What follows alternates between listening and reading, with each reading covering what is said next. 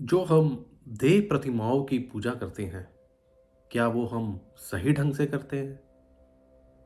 कैसे करना चाहिए हमें देव प्रतिमाओं की का पूजन और कैसे हमें उनके नैवेद्य का विचार करना चाहिए? कैसे पूजन करके हमें उसके उपचारों का फल मिलेगा और किस प्रकार, किस मास में और किस वार को, किस तिथि में और कौन से नक्षत्र में योग में पूजन का विशेष फल हम सबको मिलेगा? लिंग के वैज्ञानिक स्वरूप का क्या विवेचन है? ये बहुत से ऐसे प्रश्न हैं जिनका उत्तर हम आज के अध्याय से प्राप्त करेंगे।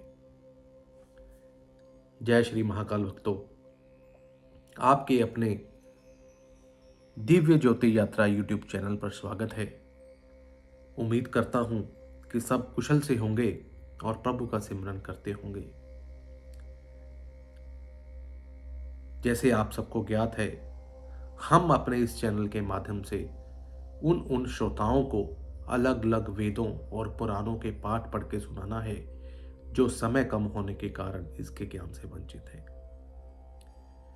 तो आइए चलते हैं हमारे अगले अध्याय की तरफ, श्री शिव महापुराण, जिसमें हमें आज पता चलेगा कि लिंग के वैज्ञानिक स्वरूप का क्या विवेचन है और देव प्रतिमाओं का पूजन किस प्रकार से करना चाहिए ताकि हम उसका फल पा सकें। तो ऋषियों ने कहा, साधु शिरोमणे, अब आप पार्थिव प्रतिमा की पूजन का विधान बताइए जिससे समस्त अभिष्ट वस्तुओं की प्राप्ति होती है। सूर्य जी बोले, महर्षियों, तुम लोगों ने बहुत उत्तम बात पूछी है। पार्थिव प्रतिमा का पूजन सदा संपूर्ण मनोरथों को पूर्ण करने वाला होता है। मैं उसका वर्णन करता हूं, तुम लोग उसको ध्यान देकर सुनो। और पृथ्वी आदि की बनी हुई देव प्रतिमाओं की पूजा इस भूतल पर अभिष्टदायक मानी गई है। निश्चय ही इसमें पुरुषों का और स्त्रियों का भी अधिकार है। नदी, पोखरे अथवा कुएं में प्रवेश करके पानी के भीतर से मिट्टी ले आएं, फिर गंध चूरन के द्वारा उसका संशोधन करें और शुद्ध मंडप में रखकर उसे महीन पीसे और साने। इसके बाद हाथ से प्रतिमा बनाएं और साने और फिर उसका दूध से सुंदर संस्कार करें। इस प्रतिमा में अंग प्रत्यंग अच्छी तरह से प्रकट हुए हों तथा वह सब प्रकार से अस्त्र और शस्त्रों से संपन्न बनाई गई हो। तदुपरांत उसे पद्मासन पर स्थापित करके आदर पूर्वक उसका पूजन करें। श्री गणेश, सूर्य, विष्णु भगवान, दुर्गा मां और शिव की प्रतिमा का, शिव के एवं शिवलिंग का द्विजों को सदा पूजन करना चाहिए।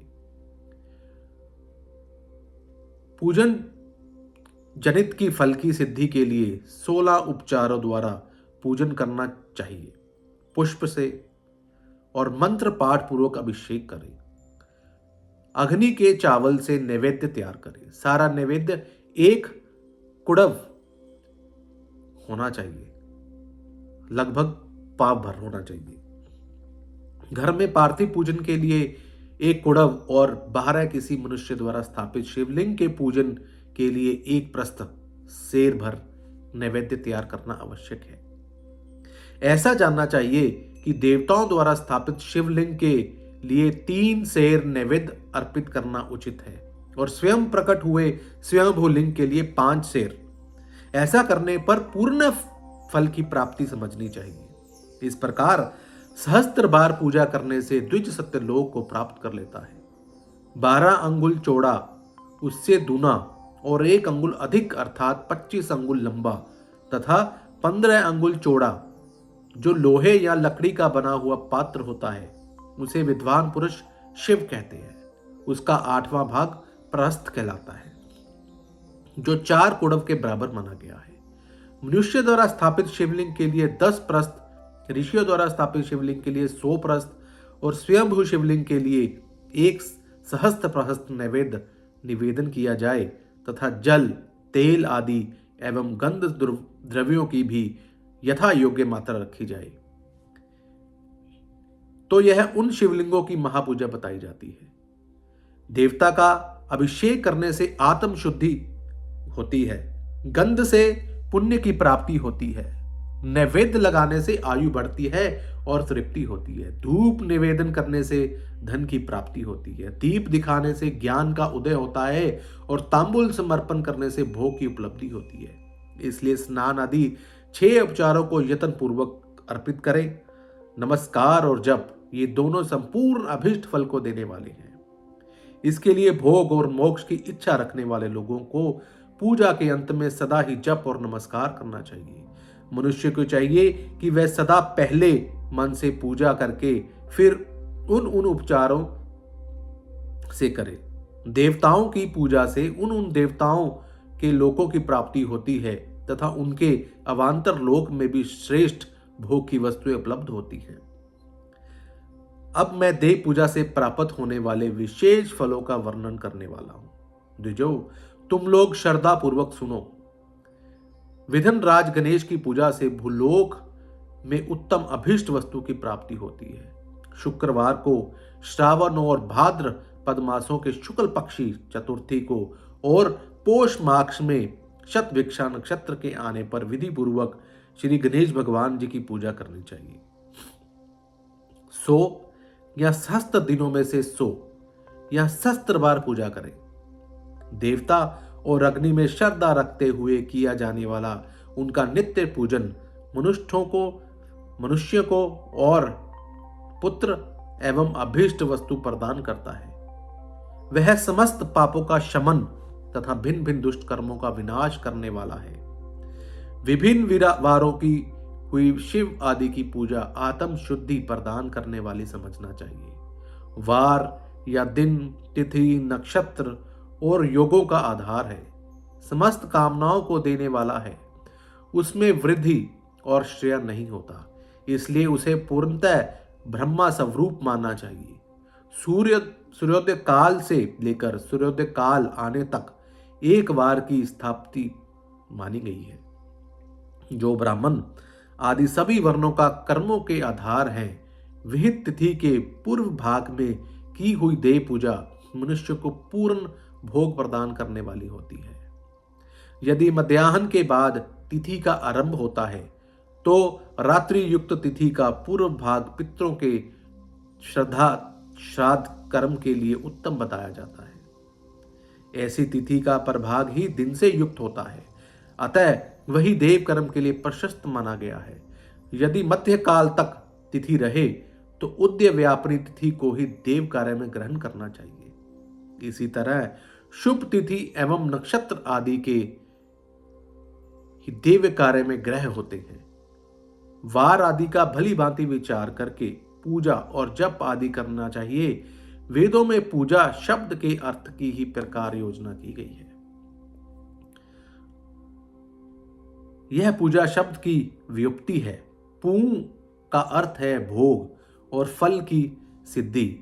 जिस कार्यक्रम से संपन्न होती है उसका नाम पूजा है। मनोवांछित वस्तु तथा ज्ञान यही अभिष्ट वस्तुएं हैं। सकाम भाव वाले की अभिष्ट भोग अपेक्षाता होता है और निष्काम भाव वालों के अर्थ पारमार्थिक ज्ञान, ये दोनों ही पूजा शब्द के सार्थकता है। इस प्रकार लोक और वेद में पूजा शब्द का अर्थ विख्यात है। नित्य और निमित्त कर्म कालांतर में फल देते हैं, किंतु काम्य कर्म का यदि भली भांति अनुष्ठान हो तो वह तत्काल फलदायी होता है। प्रतिदिन एक पक्ष, एक मास और एक वर्ष तक लगातार पूजन करने से उन कर्मों के फल की प्राप्ति होती है और उनसे वैसे ही पापों का क्रम क्षय होता है। प्रत्येक मास के कृष्ण पक्षी चतुर्थी तिथि की ही महागणपति की पूजा एक पक्ष के पापों को नाश करने वाली और एक पक्ष तक उत्तम भोग रूपी फल देने वाली होती है। चैत्र मास में चतुर्थी को की हुई पूजा एक मास तक किए हुए पूजन का फल देने वाली होती है और जब सूर्य सिंह राशि पर स्थित होते हैं उस समय भाद्र पद मास की चतुर्थी की गणेश पूजा 1 वर्ष तक मनोवांछित भोग को प्रदान करने वाली होती है। ऐसा जानना चाहिए कि श्रावण मास के रविवार को हस्त नक्षत्र से युक्त सप्तमी तिथि को तथा माघ शुक्ला सप्तमी को भगवान सूर्य का पूजन करना चाहिए।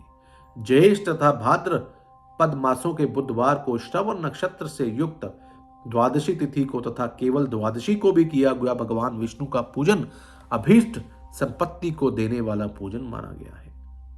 श्रावण मास में की जाने वाली श्री हरि भगवान की पूजा अभीष्ट मनोरथ और आरोग्य प्रदान करने वाली होती है। अंगों एवं उपकरण सहित पूर्वोक्त गो आदि 12 वस्तुओं का दान करने से जिस फल की प्राप्ति होती है उसी को द्वादशी तिथि में आराधना द्वारा श्री विष्णु भगवान की तृप्ति करके मनुष्य प्राप्त कर लेता है।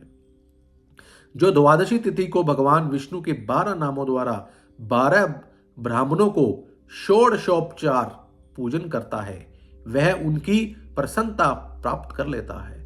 इसी प्रकार संपूर्ण देवताओं के विभिन्न 12 नामों द्वारा किया हुआ 12 ब्राह्मणों का पूजन उन देवताओं को प्रसन्न करने वाला होता है। कर्क की संक्रांति से युक्त श्रावण मास में नवमी तिथि को मर्गशिरा नक्षत्र के योग में अंबिका का पूजन करें। वे संपूर्ण मनोवांछित भोगों और फलों को देने वाली है। ऐश्वर्य की इच्छा रखने वाले पुरुष को उसी दिन अवश्य उनकी पूजा करनी चाहिए।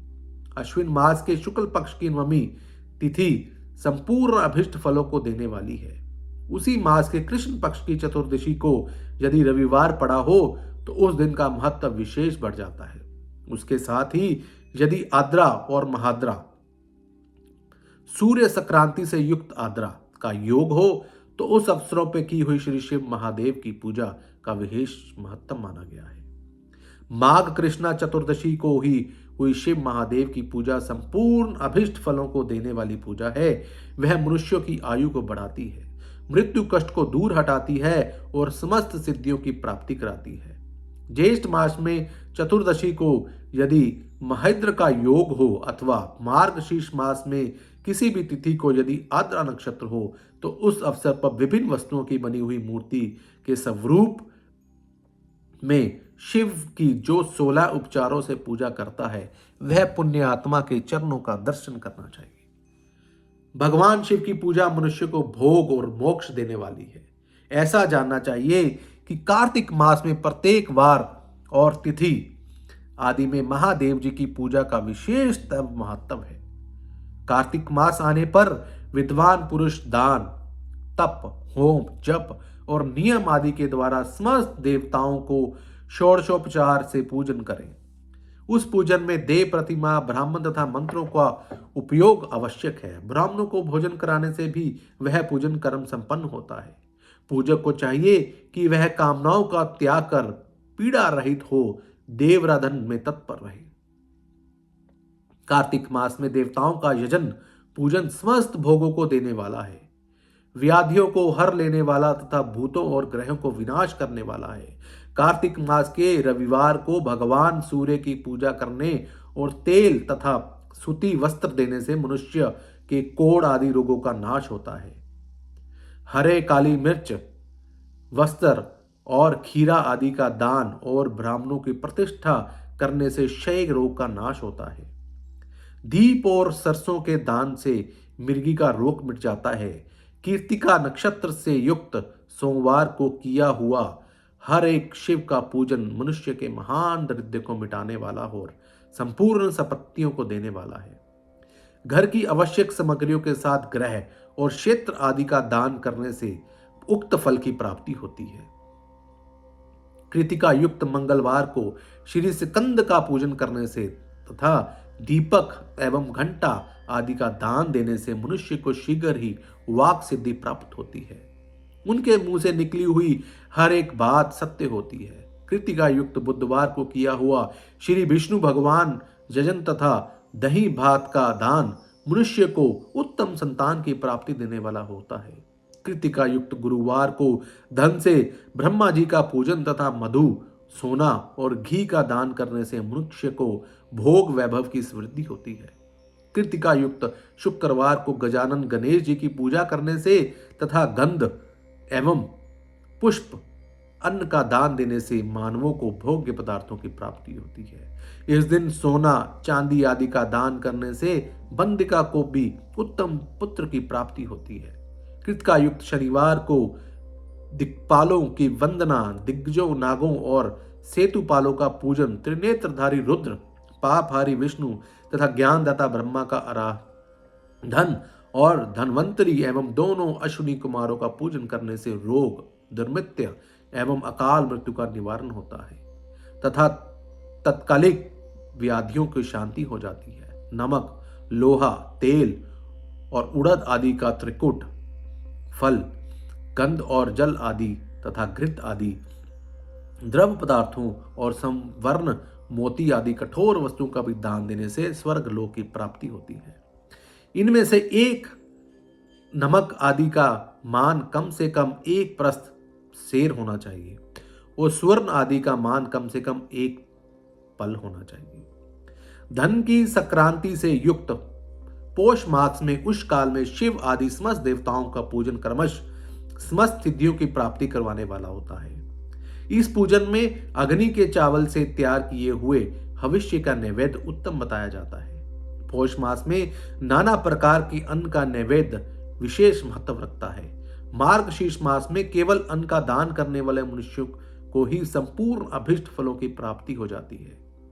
मार्गशीर्ष मास में अन्न का दान करने वाले मनुष्य सारे पाप नष्ट हो जाते हैं। वह अभिष्ट सिद्धि, आरोग्य, धर्म, वेद का समझक ज्ञान, उत्तम अनुष्ठान का फल, इहलोक और परलोक में महान भोग, अंत में संतान योग, मोक्ष तथा वेदांत की सिद्धि प्राप्त कर लेता है।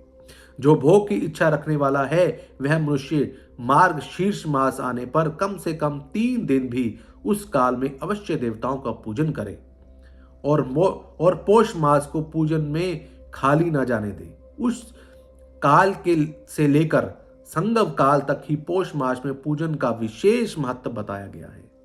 पौष मास में पूरे महीने भर जितेंद्रिय और निराहार रहकर द्विज प्रातः काल से मध्याह्न काल तक वेद माता गायत्री का जप करें।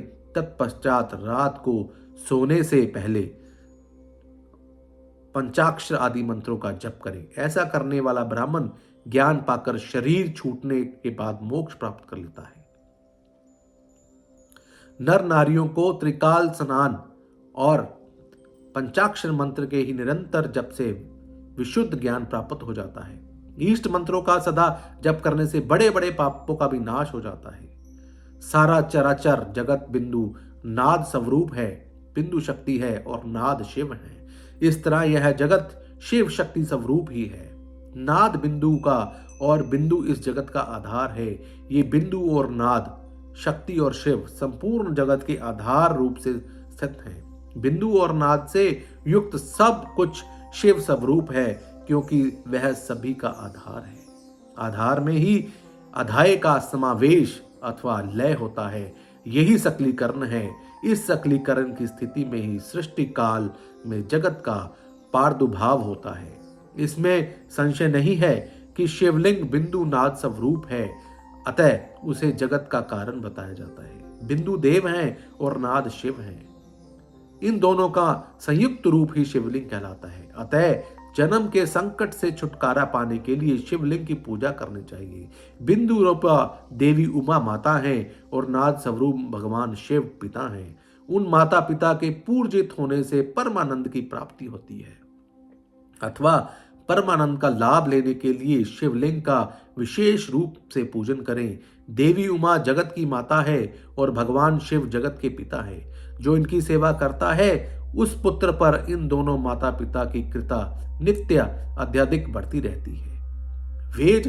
वे पूज कपर कृपा करके उसे अपना आंतरिक ऐश्वर्य प्रदान करते हैं। अतः मुनीश्वरों, आंतरिक आनंद की प्राप्ति के लिए शिवलिंग को माता पिता का स्वरूप मानकर उसकी पूजा करनी चाहिए। भर्ग शिव पुरुष रूप हैं और भर्गा शिव अथवा शक्ति प्रकृति कहलाती है। अव्यक्त आंतरिक अधिष्ठान पूर्वक गर्भ को पुरुष कहते हैं और सुव्यक्त आंतरिक अधिष्ठान भूत गर्भ को प्रकृति कहते हैं। पुरुष आदि गर्भ है, वह प्रकृति रूप गर्भ से युक्त होने के कारण गर्भवान है, क्योंकि वही प्रकृति का जनक है। प्रकृति में जो पुरुष का संयोग होता है यही पुरुष है, उसका प्रथम जन्म कहलाता है। अव्यक्त प्रकृति से महत्व दी के कर्म से जो जगत का व्यक्त होता है यही उस प्रकृति का द्वितीय जन्म कहलाता है। जीव पुरुष में बारंबार जन्म और मृत्यु को प्राप्त होता है। माया द्वारा अन्य रूप से प्रकट किए जाना ही उसका जन्म कहलाता है। जीव का शरीर जन्म काल से ही जीर्ण होने लगता है, इसलिए उसे जीव संज्ञा दी गई है। जो जन्म लेता है और विविध पाशों द्वारा तनाव में पड़ा रहता है उसका नाम जीव है। जन्म और बंधव जीव शब्द का ही अर्थ है। अतः जन्म मृत्यु रूपी बंधन की निवृत्ति के लिए जन्म के अधिष्ठान भूत मात्र पितृ स्वरूप श्री शिव लिंग का पूजन करना चाहिए। गाय का दूध, गाय का दही और गाय का घी, इन तीनों को पूजन के लिए शहद और शक्कर के साथ पृथक पृथक भी रखे और इन सबको मिलाकर सम्मिलित रूप से पंचामृत भी तैयार कर ले। इनके द्वारा शिवलिंग का अभिषेक एवं स्नान कराएं। फिर गाय के दूध और अन्न के मेल से नैवेद्य तैयार करके प्रणव मंत्र के उच्चारण पूर्वक उसे भगवान शिव को अर्पित करें। संपूर्ण प्रणव को ध्वनि लिंग कहते हैं। स्वयंभू लिंग नाद स्वरूप होने के कारण नाद लिंग कहा गया है। यंत्र या अर्घा बिंदु स्वरूप होने के कारण बिंदु लिंग के रूप में विख्यात है। उसमें अचल रूप से प्रतिष्ठित जो शिवलिंग है वह मकर स्वरूप है, इसलिए मकार लिंग कहलाता है। सवारी निकलने आदि के लिए चरलिंग होता है, वह उकार स्वरूप होने से उकार लिंग कहा गया है। तथा पूजा की दीक्षा देने वाले जो गुरु या आचार्य हैं उनका विग्रह आकार का प्रतीक होने से आकार लिंग माना गया है। इस प्रकार आकार, उकार, मकार, बिंदु, नाद और ध्वनि के रूप में शिवलिंग के 6 भेद हैं। इन 6 लिंगों की नित्य पूजा करने से साधक जीवन मुक्त हो जाता है और इसमें कतई भी संशय नहीं है। तो भक्तजनों, ये था हमारा आज का अध्याय जिसमें हमें ये बताया गया कि शिव के कितने प्रकार के शिवलिंग होते हैं और उनका क्या क्या महत्व है। तो ये 6 प्रकार के ऐसे शिवलिंग हैं जो हमें अलग अलग फल देने वाले होते हैं। उम्मीद करता हूं कि आपको मेरा ये योजन अच्छा लग रहा होगा। इसमें अगर कुछ चेंजेस करने की ज़रूरत है तो आपसे निवेदन है कि आप कमेंट करके बताएं और अलग से ज़्यादा लोगों के साथ शेयर करें ताकि जो भी इस ज्ञान से वंचित हैं वो हमारे साथ जुड़ के भगवान का नाम ले सकें और शिव में हो सके। जय श्री महाकाल। भगवान सबका भला करे।